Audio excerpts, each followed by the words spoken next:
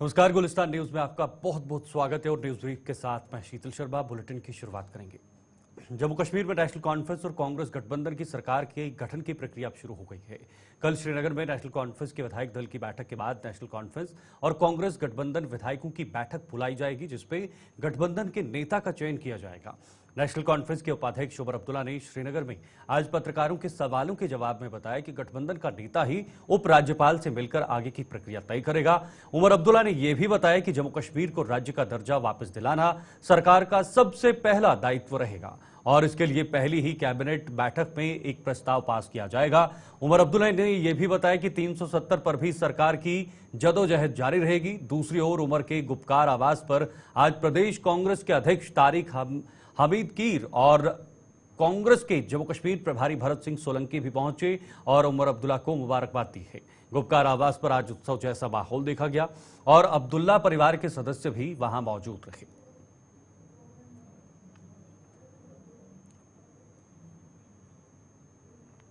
They've made their voices heard. They want to be a part of the process of governance. They want to feel a part of the decision-making process, and it is our responsibility to carry them along with us. Jammu and Kashmir, the people of Jammu and Kashmir have gone unheard since 2008. Now the time has come for us to work for the benefit of the people of Jammu and Kashmir. I am also acutely aware of the fact that there is a sharp divide between Kashmir and Jammu, and therefore the incoming government will have a major responsibility of giving a sense of ownership to the people of Jammu. The government that comes in the next few days will not be a government of the National Conference, it will not be a government of the Alliance, it will not be a government of those that voted for us, it will be a government for every single individual of Jammu and Kashmir, regardless of who they voted for or whether they voted at all. And in that, special emphasis will be placed on giving a sense of ownership and a voice within the government to those areas from where MLAs in this coalition will be less in number. Omar sir, how many independent candidates have approached National Conference so far, and when do we आप expect a confirmation? क्यों हमसे ये बात करवा रहे हो? अब मैं आपको नंबर दूंगा, कल को उनको बुलाया जाएगा, तंग किया जाएगा। आप मैं सिर्फ इतना ही कहूँगा कि एक आध ने हमसे बात की है, हमारी बातचीत उनसे जारी है और जब वो आएंगे तो हम आपसे वो बात छुपा तो रख नहीं पाएंगे। I am also acutely aware of the fact that there is a sharp divide between Kashmir and Jammu, and therefore the incoming government will have a major responsibility of giving a sense of ownership to the people of Jammu. The government that comes in the next few days will not be a government of the National Conference, it will not be a government of the Alliance, it will not be a government of those that voted for us, it will be a government for every single individual of Jammu and Kashmir, regardless of who they voted for or whether they voted at all. And in that, special emphasis will be placed on giving a sense of ownership and a voice within the government to those areas from where MLAs in this coalition will be less in number. First and foremost, wait for the Legislative Party meeting, which will take place tomorrow. Subsequent to the Legislative Party meeting, there will obviously be the Alliance meeting. It will determine the leader of the Alliance. The leader of the Alliance will then, I assume, take letters of support, go to Raj Bhavan, stake a claim and request the LG to fix a date for the swearing in. But I would like that to happen as soon as possible because we've been without an elected government since 2018. Time has come that we get back to work. Whichever Chief Minister is sworn in the next few days, obviously there will be two sets of priorities. One is legislative, which will be determined by the members of the Legislative Assembly when the session is called. but the other is government related. And my own suggestion or my own word of advice to the incoming government would be that the first business of the cabinet should be to pass a resolution asking for statehood to be restored to Jammu and Kashmir, and the Chief Minister should travel to Delhi with that resolution, call on the senior leadership of the country and ask them to fulfill their promise, because it is the Honourable Prime Minister, the Honourable Home Minister and others who have promised the people of Jammu and Kashmir statehood. Nowhere did they say that statehood will be restored only to a BJP government, or statehood will be restored only to a government that has BJP members. They said statehood will be restored to J&K, and that is what we hope will be done. हमने कभी ये नहीं कहा कि हम 370 पे खामोश रहेंगे या 370 हमारे लिए अब मुद्दा रहा नहीं, लेकिन हम लोगों को बेवकूफ़ बनाने के लिए भी तैयार नहीं है। मैंने बार बार आप लोगों से कहा है इस इलेक्शन से पहले भी कि उन लोगों से उम्मीद करना जिन लोगों ने 370 हमसे लिया कि हम उन्हीं से वापस हासिल करेंगे, वो बेवकूफ़ी है, वो लोगों को धोखा देने के बराबर है। हम लोगों को धोखा देने के लिए तैयार नहीं है, लेकिन इस मुद्दे को हम जिंदा रखेंगे, इस पे हम बात करते रहेंगे और ये उम्मीद करेंगे कि आज नहीं तो कल मुल्क में हुकूमत बदलेगी, निज़ाम बदल जाएगा, ऐसी हुकूमत आएगी जिसके साथ हम बैठ के इस मुद्दे पे बात कर सकेंगे और कुछ ना कुछ जम्मू कश्मीर के लिए हासिल कर सकेंगे। ये मतलब ये नेशनल कॉन्फ्रेंस की हमेशा से हमारा ये रहा है राय अमल और आगे भी यही रहेगा। वो जैसा कि कल उमर साहब ने कहा है कि उनकी फॉर्मल तरीके से जो लेजिस्लेचर पार्टी की मीटिंग होगी उसके बाद वो अलायंस पार्टनर्स से बात करेंगे, तो लेट दैट हैपन। पहले इनकी लेजिस्लेचर पार्टी की मीटिंग होगी, उसके बाद वो हमसे जो भी मामलात हैं कि फॉर्मेशन के बारे में लेटर ऑफ सपोर्ट है और वो उसके बाद होगा। तो आज हम सिर्फ और सिर्फ फॉर्मल तरीके से सोलंकी जी के साथ यहाँ उनको मुबारकबाद देने आए थे। देखिए, सबसे पहले तो मैं काफ़ी देर से ये मेंटेन करता आया हूँ कि this is unconstitutional and undemocratic, और उसके बाद में हमने एक कार्रवाई शुरू की है। लेट अस सी कि उसमें कहाँ तक हम कामयाब होते हैं, लेकिन जहाँ तक उनका इंडक्शन और उनका सपोर्ट टू बीजेपी होगा, that is very obvious. I don't find any such problem arising due to that. Unemployment पहली चीज़, अगर नौजवान को आगे कोई अपना फ्यूचर नहीं दिखता, कोई काम नहीं उनके लिए, तो क्या करेंगे वो? अब देखिए, लोग पूछते हैं कि ड्रग्स का मसला यहाँ जम्मू कश्मीर में इतना क्यों बढ़ा है, क्योंकि जम्मू कश्मीर के लोगों को और ख़ासकर नौजवानों को दबाया गया है, उनको कुछ दिया गया नहीं है, खेलने के लिए मैदान नहीं दिए जाते, इनको काम है नहीं, उल्टा इनको जेल में फेंकते हैं यूएपी और पीएसए के तहत। तो पहली चीज़ तो बेरोज़गारी पर हम पूरे तरीके से इसको हल करने की कोशिश करेंगे। जो हमारे नौजवान जेल में भरे गए हैं, उन पर दबाव डाला गया है, उनको हम निकालेंगे, तो पीएसए को हम हटाएंगे, खेल जो मैदान है उनको देंगे, पूरे तरीके से काम देंगे। पढ़ाई सबसे नौजवान, खासकर मेरे लिए, चूँकि मैंने जितना भी मैं पढ़ा हूँ, मुझे पता है जो भी आज तक जहाँ मैं पहुँचा हूँ वो पढ़ाई के ज़रिए हुआ है। तो हमें नौजवान को जिस तरीके से शेर कश्मीर शेख मोहम्मदुल्लाह ने हमारे जम्मू कश्मीर में हुए विधानसभा चुनाव में पहली बार आम आदमी पार्टी का खाता भी खुल गया है। डोडा विधानसभा सीट से आम आदमी पार्टी के उम्मीदवार महराज मलिक की जीत हुई है और कल यानी वीरवार को आम आदमी पार्टी के संयोजक अरविंद केजरीवाल डोडा आ सकते हैं। महराज मलिक द्वारा डोडा में कल एक रैली का आयोजन किया गया है, जिसमें उन्होंने अरविंद केजरीवाल को खास तौर पर शामिल होने का न्योता दिया है। बड़े पैमाने पे हम भी, आपका काम भी बहुत अच्छा है। आप पिछली बार जब आए थे, मिले थे, आप बहुत अच्छा काम कर रहे हैं, लोग आपके साथ हैं। Thank you. और सर बाकी ठीक है, खैरियत से? आप भी थोड़ा इस खबर पर ज्यादा जानकारी देंगे, लेकिन जो वीडियो आप देख रहे हैं ये अरविंद केजरीवाल और डोडा से जीते हुए विधायक जो आम आदमी पार्टी की तरफ से इन्होंने चुनाव लड़ा था और इन्होंने जीत भी हासिल की, एक बहुत बड़ी कामयाबी। विकास मना समाज से ज्वाइन हो चुके हैं। विकास, कल की जरा जानकारी बताइएगा। जी हाँ, जिस तरह से जम्मू कश्मीर में आम आदमी पार्टी का जो है खाता खुल गया है और उसके बाद महराज मलिक जो है जीत के सामने आए और बड़ी जीत है उनकी, क्योंकि एक तरफा भाजपा को हराना, साथ में डीपीएपी के कैंडिडेट जो पिछले मंत्री भी रह चुके हैं, और इसके बाद एनसी के लीडर खालिद नजीब सरवरदी, इसके बाद जो है उन्होंने जो है अनाउंसमेंट भी की है। और साथ में जब 16 सितंबर को जो लास्ट रैली स्पोर्ट्स स्टेडियम डोडा में हुई थी, उसी टाइम इन्होंने वादा किया था अगर हम जीत के आते हैं तो 10 अक्टूबर को हम रैली जो है स्पोर्ट्स स्टेडियम में डोडा में करेंगे। लेकिन कल जैसे इनका नाम सामने आया, उसके बाद डायरेक्ट इन्होंने जो है जो एक्स सीएम है अरविंद केजरीवाल, उनसे बात कर कहा कि 10 तारीख को 2 बजे जो है स्पोर्ट्स स्टेडियम डोडा में हम एक रैली को संबोधित करेंगे जहां पर जनता आएगी। और कल भी काफी ज्यादा हजूम देखने को मिला था। लेकिन विकास, बड़ा सवाल ये है कि महराज मलिक एक डीडीसी थे और डीडीसी आने के बाद वो आम आदमी पार्टी में आए, आम आदमी पार्टी से उन्होंने जीत हासिल की, विधायक बन गए। क्या इसे एक विशेषकर जो महराज मलिक हैं उसकी जीत बताई जा सकती है या फिर आम आदमी पार्टी की जीत है? यानी मेरे कहने का ये मतलब है कि लोगों ने महराज मलिक को चुना है या फिर आम आदमी पार्टी को चुना है?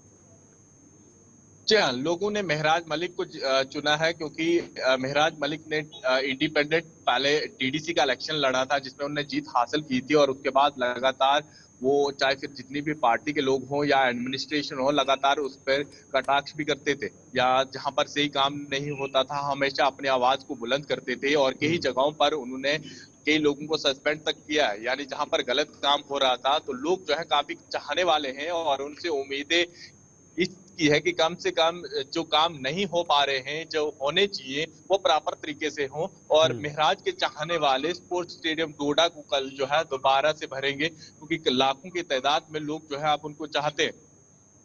बिल्कुल विकास, मैं जरा ये जानना चाहूंगा, अरविंद केजरीवाल जिस तरह से पहले दिल्ली में रहे, दिल्ली में सरकार बनाई, उसके बाद उसी मॉडल को पंजाब के अंदर पेश किया और कामयाब हुए। हालांकि हरियाणा में सफलता हाथ नहीं लगी, जम्मू कश्मीर के अंदर एक विधायक मिला। तो क्या ऐसा माना जा सकता है कि दिल्ली और हरियाणा का मॉडल जम्मू कश्मीर के अंदर डोडा में पेश किया जा सकता है, या उस तरह की बातें वहां पर रखी जा सकती हैं? जी हाँ, जितने भी इलेक्शन में कैंपेनिंग हुई थी जहां पर भी इस तरह से देखने को मिल रहा था, तो महराज हमेशा कह रहे थे कि दिल्ली की तरह डोडा या जम्मू कश्मीर को बना दिया जाएगा और हम जो है अपने आवाज को और ज्यादा बुलंद करेंगे और आने वाले समय में आम आदमी पार्टी को जो है जम्मू कश्मीर में और बढ़िया तरीके से लाएंगे। चाहे फिर आने वाले समय में पंचायती इलेक्शन होते हैं या डीडीसी इलेक्शन होते हैं। और हमेशा उन्होंने जो है दिल्ली की बात की है, चाहे फिर स्कूल की बात की हो, यानी गवर्नमेंट स्कूल को और ज्यादा बढ़ावा दिया जाए। ये तमाम चीजें जो है वो हमेशा रखते थे और हमेशा सड़कों की बात कर रहे थे। अभी देखना होगा कल इस रैली में भगवत मान भी आ रहे हैं, पंजाब की सीएम, और संजय सिंह और साथ में अरविंद केजरीवाल यहाँ पर पहुंचेंगे। किस तरह से क्या चीजें होती हैं और क्या चीजें आगे करने भी जा रहे हैं वो लोग। विकास, कितने लोगों के वहां पर पहुंचने की उम्मीद जताई जा सकती है?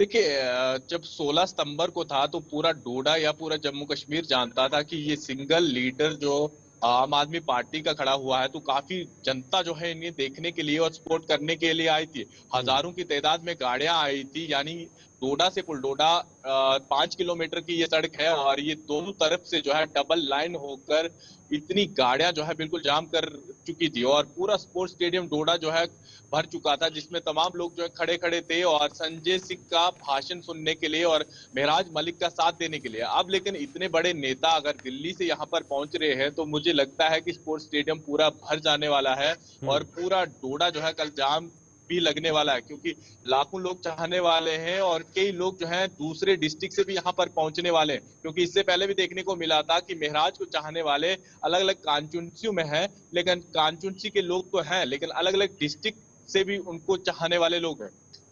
विकास, देखिए जिस तरह से उनकी छवि रही है पिछले कुछ दिनों में या पिछले कुछ सालों में, डीडीसी के नाते उन्होंने तेज तरार छवि दिखाई है और लोगों के काम भी करवाए हैं।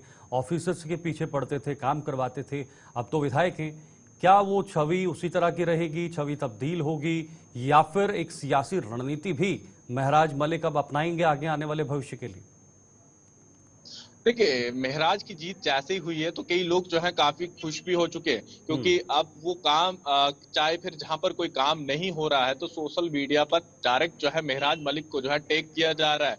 यानी हर कोई जो है महराज मलिक बनना चाह रहा है, क्योंकि जहां पर काम सही नहीं हो रहा, चाहे ब्लैक टॉपिंग की बात हो या कोई डिपार्टमेंट के अंदर किसी तरह का कोई काम नहीं हो रहा है, तो हमेशा लोग जो है चाहते हैं कि कम से कम ये प्रॉपर तरीके से हो, चाहे फिर ऑनलाइन काम हो या ऑफलाइन सही टाइम पर हो, और जो टाइम पीरियड है वो तमाम चीजें जो है हो, क्योंकि वो नहीं चाहते हैं कि कहीं किसी गरीब का काम रुके, क्योंकि जनता काफी परेशान है। और ऐसे में कई जगहों पर कई अफसरों को सस्पेंड भी करवाया था उन्होंने। बहुत बहुत शुक्रिया आपका विकास तमाम जानकारी के लिए। और सबसे बड़ी बात यह है कि गुलिस्तान न्यूज ने ही एकमात्र ऐसा चैनल है जहां पर एग्जिट पोल में हमने जम्मू कश्मीर के अंदर एक सीट आम आदमी पार्टी के खाते में दिखाई थी और वो सटीक बैठता हुआ नजर भी आ रहा है। आगे बढ़ेंगे। बीजेपी के राष्ट्रीय महासचिव जम्मू कश्मीर प्रभारी तरुण चुग ने कहा है कि जम्मू कश्मीर में जनता ने हमें अपने वोटों के जरिए आशीर्वाद दिया है। हमने सभी राजनीतिक दलों से ज्यादा वोट पाए और यही हमारी जीत है। उन्होंने कहा कि जम्मू कश्मीर के विधानसभा चुनाव में इस बार बीजेपी ने 1,26,000 वोट हासिल किए हैं, जो पार्टी की एक बड़ी छलांग है। हमारे संवाददाता ताबिश कमाल के साथ खास बातचीत में उन्होंने और क्या कुछ कहा, आइए आपको बताते हैं। हमारे साथ बात करने के लिए जम्मू कश्मीर बीजेपी इंचार्ज और पार्टी के राष्ट्रीय महासचिव तरुण चुग जी हैं। सर, जम्मू कश्मीर में भारतीय जनता पार्टी की जो जीते हैं सीटें, उनके बाद जो कांग्रेस अध्यक्ष मल्लिकार्जुन खड़गे का बयान आया कि 370 को जम्मू कश्मीर के आवाम ने नकार दिया है बुरी तरह से। जो जम्मू कश्मीर सरकार बनाने का दावा कर रही थी वो सरकार नहीं बना सकी। लाखों नौजवानों का, नागरिकों का, वहां के सभी नागरिकों का कोटि कोटि धन्यवाद, जिन्होंने बायकाट की राजनीति को त्याग कर भारी पोलिंग को चुना और प्रधानमंत्री मोदी जी के विकास और विश्वास मंत्र पर मोहर लगाई है। जम्मू कश्मीर की जनता ने भरपूर आशीर्वाद मोदी जी को दिया। नेशनल कॉन्फ्रेंस से 1,26,000 ज्यादा मत भाजपा के मिशन को और विजन को मिले हैं। ये ऐतिहासिक विजय है। भारतीय जनता पार्टी लगातार अपनी बढ़त बना रही है। 2014 में हम 25 सीटें जीते थे, वो हमारा हाईएस्ट मार्क था। इस बार प्रधानमंत्री मोदी जी के नेतृत्व में हम 29 सीटें जीते हैं, जो कि भारतीय जनता पार्टी की एक बड़ी छलांग है। और भाजपा के कार्यकर्ताओं को राष्ट्रवादी नैरेटिव के लिए, राष्ट्र प्रेम के लिए, कठोर मेहनत की पराकाष्ठा करने के लिए कोटि कोटि धन्यवाद।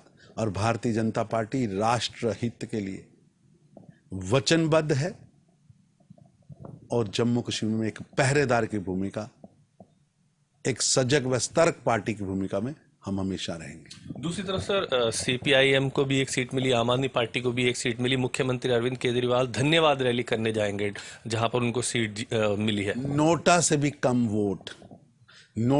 कम वोट आम आदमी पार्टी और सीपीएम को मिले हैं। जनता ने इन्हें नकारा है।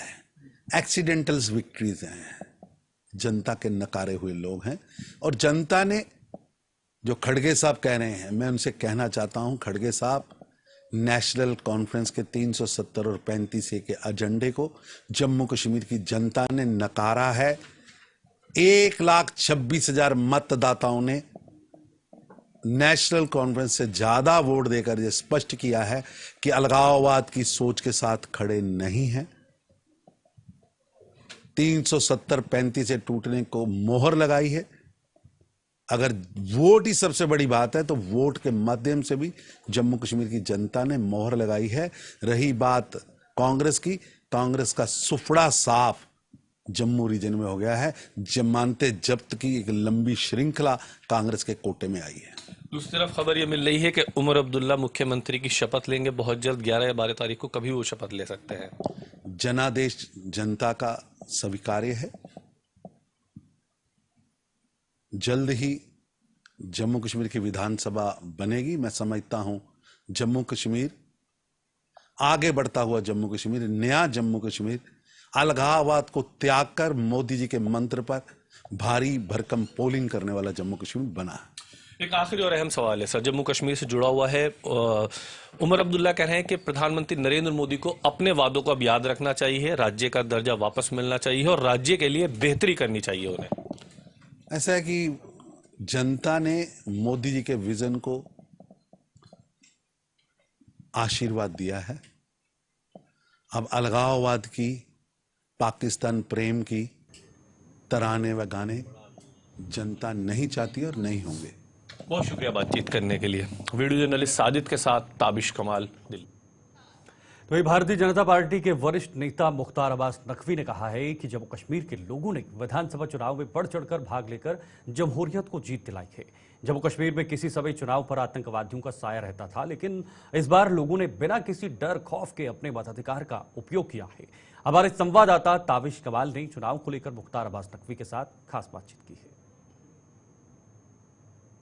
उसका नतीजा था कि निष्पक्ष ढंग से भयमुक्त माहौल में पूरे जो जनतंत्र के जुनून और जज्बे के साथ लोगों ने जम करके अपने मताधिकार का इस्तेमाल किया और जिनको भी जनादेश दिया वो सरकार बना रहे हैं। तो ये तो जमहूरियत की जीत है। और ऐसे मौके पे, जिस मौके पे 370 की बात थी, इससे पहले क्या होता था, आधा चुनाव तो है वो अलगाववादी बहिष्कार कर देते थे, फिर आधे चुनाव पे जो है वो आतंकवादियों का साया लटकता था। 5%, 10%, 15%, 20% वोटिंग हो गई, काम खत्म। आज ये नहीं हुआ है। बड़ी तादाद में वोटिंग भी हुई है और बड़ी तादाद में लोगों ने निकल करके अपने मताधिकार का इस्तेमाल भी किया है। दूसरी तरफ कई मुस्लिम प्रत्याशी आप लोगों ने लड़ाए, लेकिन एक भी नहीं जीत पाया। देखिए, ये हमने लड़ाया, हमारी ईमानदारी थी, लेकिन जब बीजेपी जो है वो काम में कमी नहीं करती तो वोटों के साथ कंजूसी जो है वो नाजायज़ है। और मैं मानता हूं कि इसके लिए सोचना होगा उन्हें, लोगों को, और आत्मचिंतन करना होगा कि बीजेपी के साथ जो स्पर्शिता, अनटचेबिलिटी का जो व्यवहार है, वो व्यवहार जो है वो ना तो मुल्क के लिए अच्छा है और ना ही मुसलमानों के लिए अच्छा है। सर, 370 के बाद पहला चुनाव हुआ था, उसके बावजूद भी जिस तरह की उम्मीदें थी, अब मल्लिकार्जुन खड़गे कह रहे हैं कि 370 का जवाब जम्मू कश्मीर की आवाम ने दिया। जम्मू कश्मीर की आवाम ने पहली बार इस जनतंत्र के, लोकतंत्र के इतिहास में इतना ईमानदारी, इतना ही स्वतंत्रता, इतना भयमुक्त माहौल में अपने मताधिकार का इस्तेमाल किया। ये है जवाब। 370 का ये नतीजा है। उससे पहले क्या होता था, बंदूकों के साये में जो है वो वोट होते थे, बंदूकों के साये में जो है वो जिसको चाहा जाता था उसको जो है वो सरकारें जो है वो वोट दिलवाती थी। उमर अब्दुल्ला अगले मुख्यमंत्री बनना चाहिए। मेरी बहुत बहुत शुभकामनाएं, और उनको जनादेश मिला है जनता ने, मुझे पूरा यकीन है कि वो जम्मू एंड कश्मीर के डेवलपमेंट के लिए, जम्मू कश्मीर की डिग्निटी के लिए और वहाँ की प्रॉस्पेरिटी और सिक्योरिटी के लिए पूरी मजबूती के साथ, ईमानदारी के साथ। वहीं जम्मू कश्मीर प्रदेश बीजेपी का कहना है कि उसका जम्मू सूबे से 35 सीटें हासिल करने का लक्ष्य भले ही पूरा नहीं हो पाया, लेकिन इन चुनावों में जम्मू से जहां कांग्रेस का नामो निशान मिट गया है, तो वहीं बीजेपी ने नेशनल कॉन्फ्रेंस में 3% ज्यादा वोट हासिल किए हैं। कांग्रेस को अब मोहब्बत की दुकान का शटर नीचे गिरा देना चाहिए, क्योंकि जम्मू के लोगों ने उसे नकार दिया है। उन्होंने यह भी बताया कि बीजेपी विपक्ष की भूमिका पूरी जिम्मेदारी से निभाते हुए देश हित में काम करने को प्रतिबद्ध है। जो अपेक्षा थी, जम्मू जो खित्ता है वहाँ से 35 सीटें आई, उससे कुछ हम दूर रहे, लेकिन सबसे बड़ा वोट प्रतिशत भारतीय जनता पार्टी का है, जो पहले नंबर पे नेशनल कॉन्फ्रेंस है, उससे हम कहीं 3% वोट हमने ज़्यादा लिया है। और कांग्रेस ने भी, जम्मू से कांग्रेस का सोपड़ा साफ हुआ है और कांग्रेस को अब मोहब्बत की दुकान का शटर नीचे गिरा देना चाहिए। जम्मू के लोगों ने एक बार फिर सोच लिया है कि देशभक्तों को वोट दिया जाए, गद्दारों को नहीं, इसलिए कांग्रेस को नकारा है।